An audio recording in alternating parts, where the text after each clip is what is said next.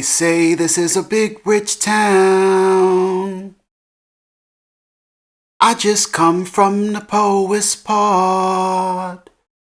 Bright light city life, I gotta make it, this is where it goes down. Yeah. Back again for another episode recap of that good Power Book 2 Ghost, Season 4, Episode 5, entitled Ego Death.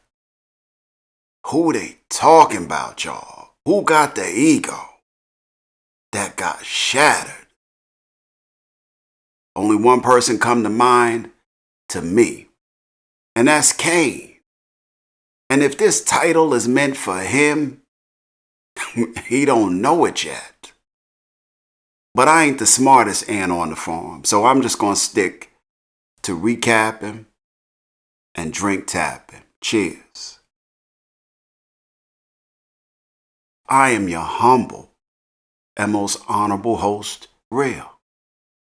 And this episode is brought to you by that good E&J, that Brandy, that Moesha, that I wanna be down with what you're going through, that VSOP, and Coke, Diet Coke, because I'm old. You know what I'm saying? Old school. Let's just get down to brass tacks, shall we?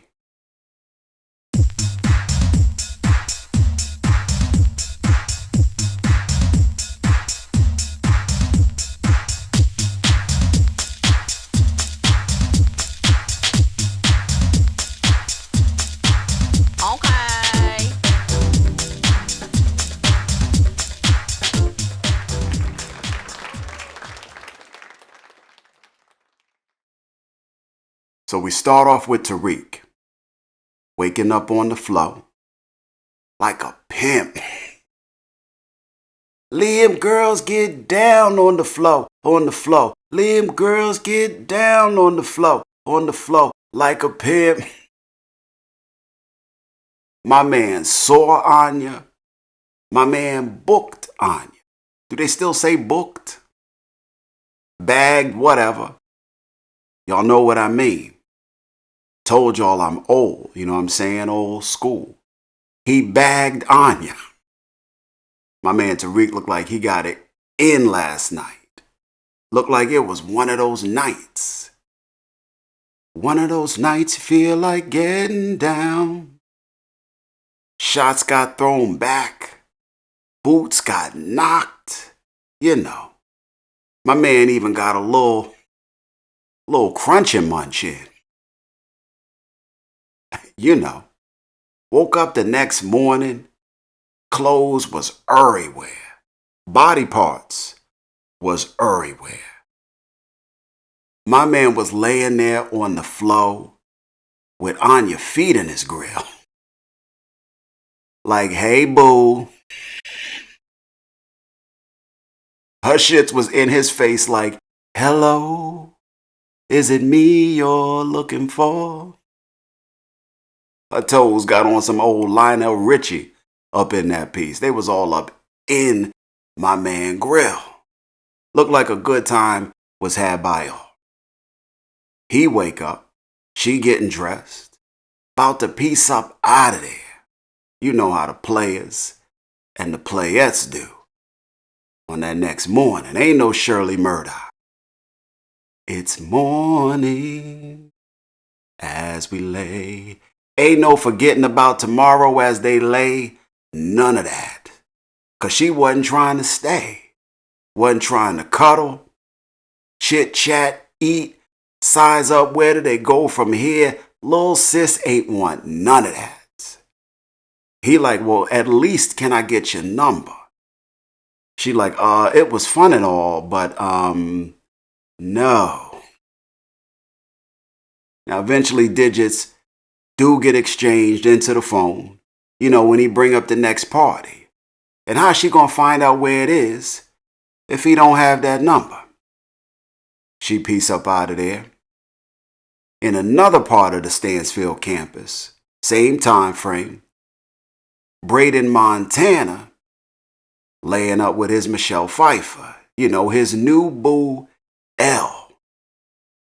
She wake up, reach over him to grab some meds. Wakes Brayden up, who gets a little snippy with her. He like, damn, boo. It's a little early for a hit, ain't it? Hell, it ain't even 7 a.m. yet. No gas has been passed. I ain't even smelt your morning breath. And here you go, about to take a hit. She like, calm down, little player. It's my meds. Tells Brayden she has sickle cell. So she takes a doctor-prescribed medication as a result. But every now and again, supplements with that street pharmaceutical, to help ease the pain. Now, I ain't one to gossip, but it looked to me like she do more than just ease pain.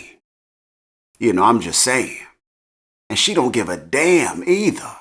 Really don't want to hear nobody telling her what to do with her body. Looks like folk done told her about herself before. Now, Brayden is sympathetic after hearing this news, probably feeling a bit closer to her now than he did before. On the other side of town, outside of Stansfield happenings,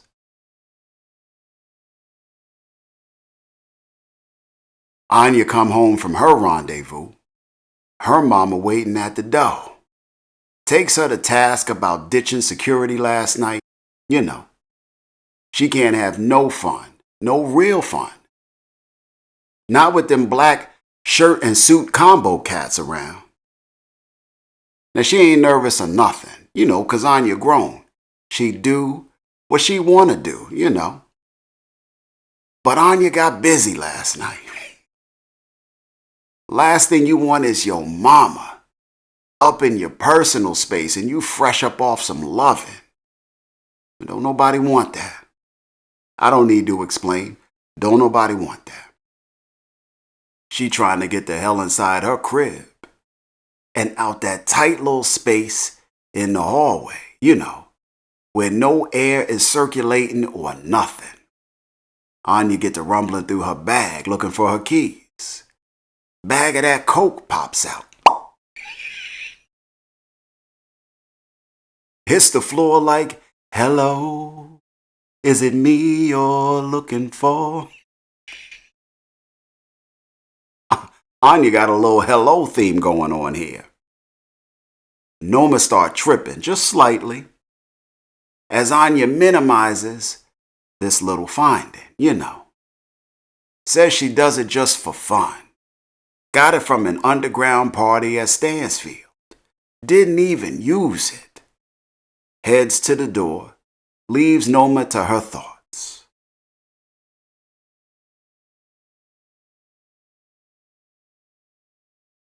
Meanwhile, on another side of town, Monet invited all the kids over for a sit down, cooked a meal and all of that. Drew and Diana were already there when Kane walked in. Apparently he didn't know it was going to be a reunion today. And once he sees Drew and Di, he ain't having none of it. Tells Monet he can't sit and play nice with the cats that tried to off his mama. Siblings or no siblings. He peace up out of there. Leaves Monet with badass Drew and Di. She tells him she wants to get back to family business, but the right way. Tells him all these outsiders, Noma, Tariq, all these outsiders messed up their whole dynamic, not her. Everybody else is responsible for the fallout. And Drew ain't feeling it. They recent mishaps is her fault.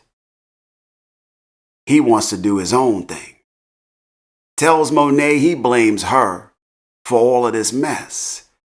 Asks how she could even think of bringing up the business again after everything that just happened. Drew on that LTD. Every time I move, I lose. When I look, I'm in. Every time I turn around, back in drugs. He can't get away from the shit. He like, damn, I can't escape. Tells her he can't even think about it. The business, that is. Until she admits she was wrong. He peace up out of there. And eventually Diana does the same. At some point, Diana catches up with Tariq on campus. And they get a little rap, you know. This is the first time they catch up since Tariq almost blew her wig off. Almost flew that head. Sent his soon-to-be baby mother to meet Jesus. It is awkward. But they have a serious convo. Little heart to heart, you know. He like, how you know it's mine? Tariq looking like he about to pull a Billie Jean on her ass. Cause the lie becoming the truth like a mofo. She like, why would I put a baby on you? Like you the like you would be my first choice. Even through all this discussion, it don't seem like Diana is sure she gonna keep it or not. Tells him she'll let him know when she know what she gonna do, when she figures it out.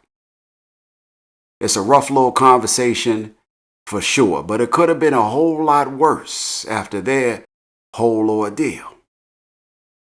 She pieces up out of there, looked like she was on her candy shop lunch break. At some point later, she hits Tariq up. And they meet and get a little follow-up rap, you know.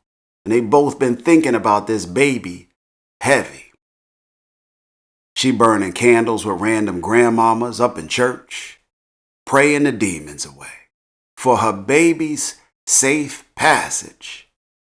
Doesn't want her child around any parts of the game if she decides to have it.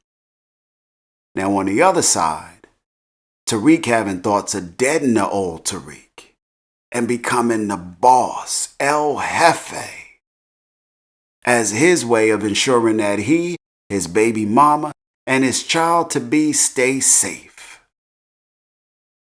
If bringing a baby into the world is part of Diana's plan, and it appears to be, Diana get on that Madonna, tells him she gonna keep her baby. So Papa don't preach. They both look like they ready.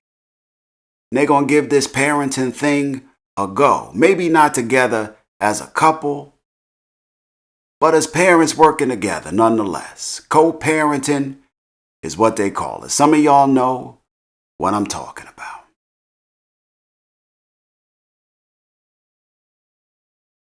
Diana got on her Cheryl Pepsi Riley. Thanked Tariq for her child. Then invited the brother to the upcoming ultrasound and all of that. And they get that ultrasound rap. It's starting to get real. Up on that baby battlefield, you know. Look like some tough choices gonna have to be made by Tariq if he gonna be involved in his child's life. Even if his baby mama is Dirty Diana. Meanwhile, Drew makes his way over to an art museum, looking at some art, looking for some inspiration, you know. The curator comes over and chats with him. Drew tells her he's an artist, shows her a piece of his work. She tells him maybe when they showcase undiscovered artists, maybe they could showcase his work. Drew up there thinking he might have found his way out the game, found his own space, his own lane, after the disastrous fallout with his family.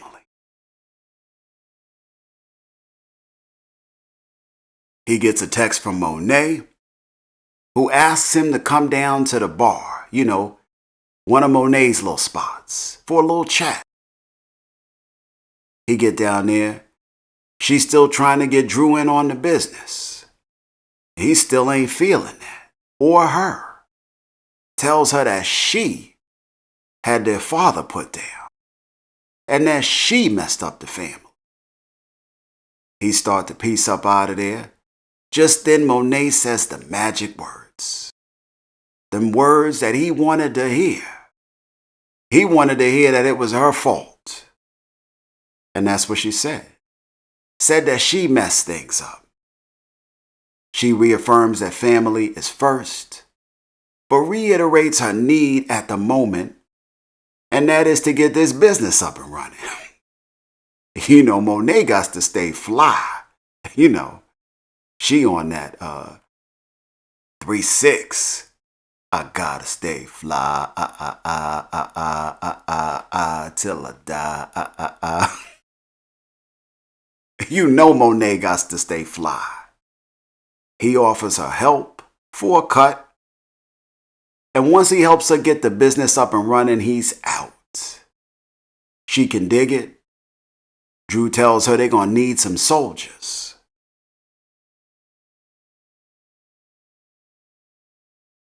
And they go and get goddamn Wise and Lockheed from Belly. One cat mouthy, like he talking to a startup crew. Which I guess in some ways, it is like a restart for the Tejadas, you know. And these cats know it. Anyway, Monet and Drew tell him the deal. That the plan is to make a move on Noma's work.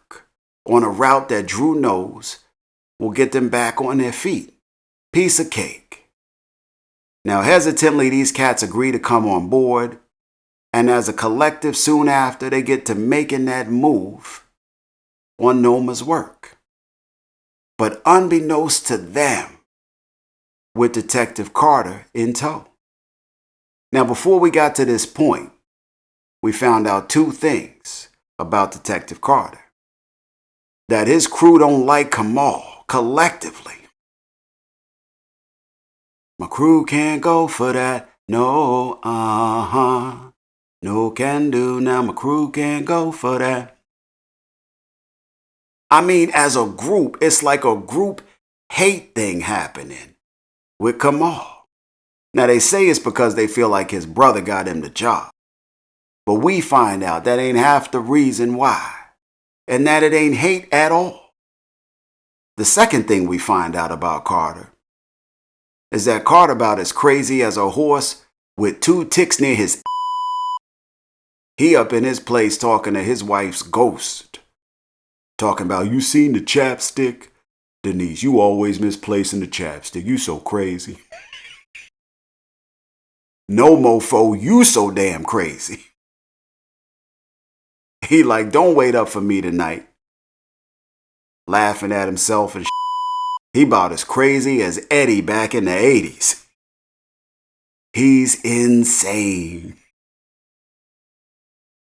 Now, when they met earlier back at headquarters, Carter told Kamal to keep an eye on Tariq, and that he would keep an eye on Monet, which led him to find and run up on Monet, Drew, and the rest of the new crew, taking on and taking out a Noma shipment. Monet and Drew get the blasting on them cats, took them all out. Now, I know it's Mary J. I know this. But couldn't Monet put on a little something less conspicuous for the job at hand? I mean, we know she flying all. We know that. But even the flyest killers know when to dumb it down. She up in that piece with a white and black fur ensemble.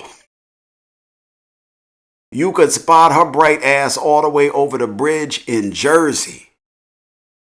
All that white, bright she had on at night. Looked like she was trying to get caught. Like she ain't got to be fly all the time. She ain't got to be fly, Craig. Anyway, looked like the whole little task force of Carter's crew was on the scene, disrupted the evening's activities and all of that. And just as the Tejada's about to secure their little ill-gotten gains from this evening's jokes, Carter and crew put him up against the car, ran the nicest shakedown I ever seen. Told him all is good as long as no innocent folk get hurt and as long as he get his 35% cut. You know that. They about to piece up out of there. But Carter recognizes one of the cats in Monet crew, one of the new cats, as someone who laid down a young cat years ago. Carter personally put the slug in him. Wow! None of the new crew lived. No one lived out the new crew. It's just back to Drew and Monet. Carter crew lets him piece up out of there.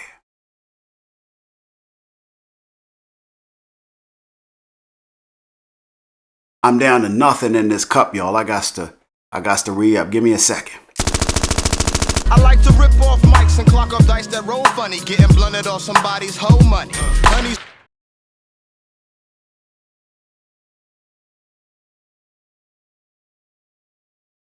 All right. Back to basics. Noma gets back to her crib after running up on Anya in all her after-sex afterglow. Now realizing her child may have a coke habit. Gets to looking into who at Stansfield is dumb enough to have sold her daughter some blow. She got Effie up in the spot, who tells her it ain't hers or nobody she mess with like that. Noma like, okay, I'll handle this one personally, cause it's obvious who this is. Now, having spied on Anya, Noma comes through to the next party Tariq and Braden throw on campus. Probably caught the little text communication between Anya and Tariq. So she knew the time and the date. Followed Anya to the spot, and her and Kane come up in that joint. Sees Tariq. Noma like, oh, hell no. Let's go. It's about to be off with Tariq head. Now they all know Tariq violated their agreement not to sell no more. Though Tariq tried to play it off, said he wasn't doing it. But they pulled his card a couple of times, had him dead to rights. Noma expecting him to walk out the door with him to his death. Shit. I don't know how they do in the UK, but you're going to have to catch my in the US. Ain't nobody walking out with honor to their death. And that's the time Tariq was on. Just then he sees Anya coming in the club. She makes a fuss when she sees her mama. She like, the f*** is you doing here? And those were her exact words. What the f*** is you doing here? Embarrassing me like that. Tariq go over like, oh, your mom gots to go. I gotta put an age cap on my parties, you know. Maybe we can find an alumni party around here. You know, if she just trying to let off a little steam, you know, gotta get her little freak and chic on. It's a little scene forming up in the spot. You know, so it's a little hard for Noma to deal with Tariq right now, the way she wants to. Noma looking at Tariq with eyes of steel. Like, mofo, I'm gonna cut your balls off when I get my hands on you. Buys him some time. They piece up out of there. Anya, Noma, and her crew.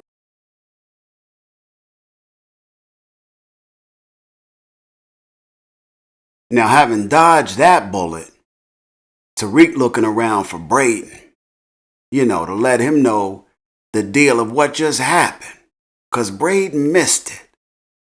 And there's a reason why Brayden missed it. Tariq gets to looking around, finds him backstage. Higher, baby. Higher, baby. Get higher, baby. And don't ever come down. Free base. Brayden doing them white lines. Vision, dreams of passion blowing through my mind. And all the while I think of you. White lines. Tariq finds Brayden on one. Finds him knee deep in a pile of coke. Like, I said, goddamn. Getting his full-throated, bent over the table.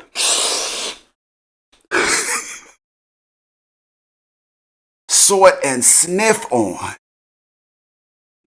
Tariq takes him to task like, what the f***? What is you doing back here? Brayden like, bro, I was just looking for you. Tariq like, where? Under the damn table? Tells Brayden Kane and Noma just left and that they busted. The gig is up. Just then L come out of nowhere. Like her ass just appeared like an apparition. Tariq like, oh, okay. I see what's happening now. Goddamn Party City up in here. He go to leave out. L like, no, don't go. It's all good. Y'all keep talking. I already know everything. I'm like, mofo, what? Tariq about to lose all his shit. They have a little moment. Later that evening, Brayden catches up with Elle back at her spot, after the whole club thing died down. And they have a little chat about what happened at the party. Brayden takes up for Tariq. Says he's not always a dick like that, But she disagrees. Says that's why she spiked his water bottle with some acid. On some petty Paula type. Brayden like, what the f? She like, yeah, your boy need to loosen up. I took an acid trip once. Changed my whole perspective. I wanted him to have that same experience for himself. Booked him a flight and all of that. Free of charge. My gift to him. Told y'all L doing more than easing some damn sickle cell pain. Brayden like, what the f is happening? Tariq don't even smoke or drink like that. Found out his little boo a little nuts. He pieced up out of there, unhappy with everything that just happened. Ran to check on Tariq. Shit looked like Lil Boo might have to go. Came back to his room.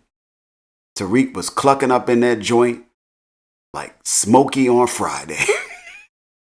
Up in the hen house, twitching and shifting.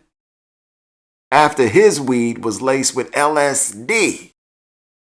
Thankfully, Tariq was okay. Now, earlier, before all this little Stansfield action happened, getting to be a little too much for Brayden's ass. That's why he's sniffing now. Because Brayden went to re-up with Zion earlier. But while he was there, Zion put that intimidation thing on him. It wasn't hard to do at all, it seemed. Now, I don't know why Tariq and Brayden thought it was a good idea for Brayden to do that by himself, alone with a new supplier who's said to be off a little bit. I don't know where they do that at. But they did it here.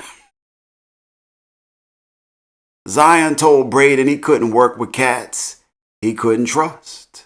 Then he asked Brayden if he knew who filled that void when the Russian shipment got jacked. Now, Brayden ain't actually the liar Tariq is. You know, he ain't quite as good as Tariq. Eventually, he revealed Noma's name. He like, you ain't hear this from me, but, it was Noma, player. Zion's still a little handsy, ain't he? Put Brayden in a little playful chokehold and all of that. Gave Brayden what he needed, though. Called him Tiny Tommy. Brayden pieced up out of there. And from that little piece of information, Zion makes his way down to a dinner meeting Noma's having with Wiley Adams. Now, before Zion made his grand appearance at this dinner, waitress comes over, tells Wiley and Noma they're going to have to move because there's a regular guest that likes this table that they sitting at. And Noma ain't feeling her energy at all because she a boss and Wiley a boss in this their table. But just then Zion come over, introduces himself with the goddamn butter knife, sits down at the table, tells her he's not a fan of her moving in on his territory. Territory he's known his whole life up in these NYC streets. Called her a colonizer. Escorts her ass up from the table. Tells her to enjoy her view of the city from over there while she can. Now, Wiley is at first amused when Zion first come over. But then he see this shit is serious. They piece up out of there with no goddamn hassle. Noma gets back from the dinner, summons Kane and Davis. Asks Kane who he been running his mouth to. Cause she say no lowlifes in this city even know her name like that. So it must be him talking, you know, out of everybody. It must be him talking. He ain't take no offense. He denies. She asks Davis if he knows Zion. Davis says he does. Says he's a client and that he'll handle. Kane like, no, I got it. Davis like, nah, little player, he's dangerous. Kane like, so am I. I'm dangerous. I'm the got on that Marlowe from The Wire. Like my name is my name in these streets. The testosterone levels super high up in this room. Got Noma's panties all up in a bunch. She clearly enjoying the energy. Kane tells Davis he got it. Tells Noma he don't need nobody but her and him to go handle that. Kane is on one. He trying to be her American boy.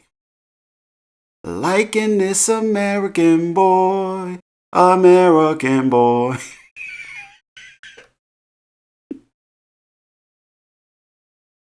He looking at Noma like she Estelle.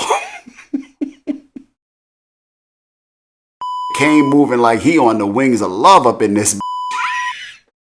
And Kane on his Jeffrey Osborne. On the wings of love up in the cloud.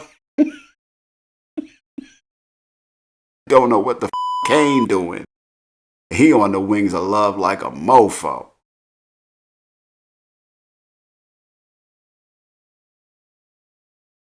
Kane and Noma head over to Zion's fight club, you know, to handle this business. And there's a mutual respect in the beginning when Kane and Zion meet. Then it get a little disrespectful. Zion start calling Noma all types of Kane like, let's take it to the ring. And take it to the ring they do. Kane get to whooping that ass in the ring.